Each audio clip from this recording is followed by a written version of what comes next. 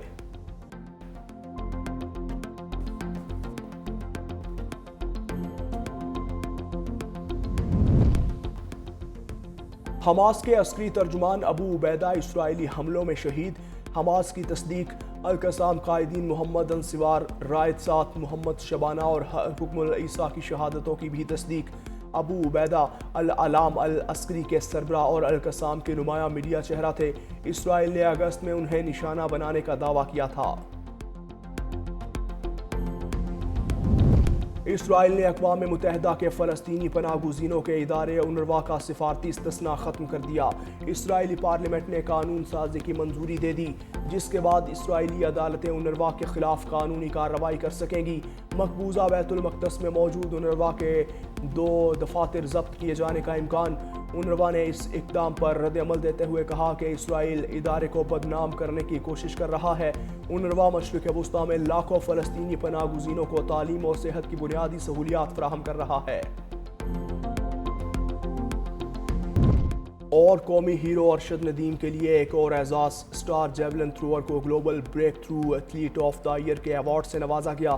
ارشد ندیم کو یہ اعزاز دبئی میں شہزادہ شیخ منصور بن راشد ال مکتوم کی جانب سے دیا گیا۔